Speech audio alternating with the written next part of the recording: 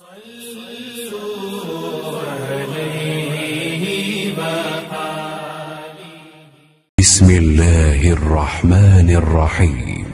सही बुखारी हदीस नंबर 559।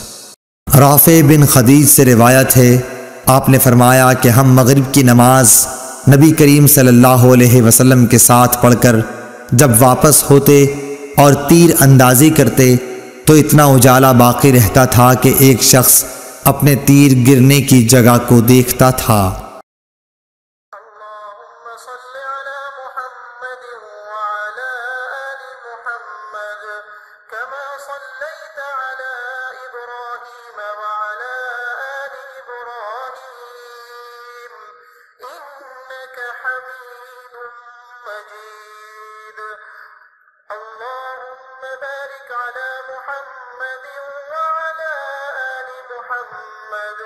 كما باركت على إبراهيم وعلى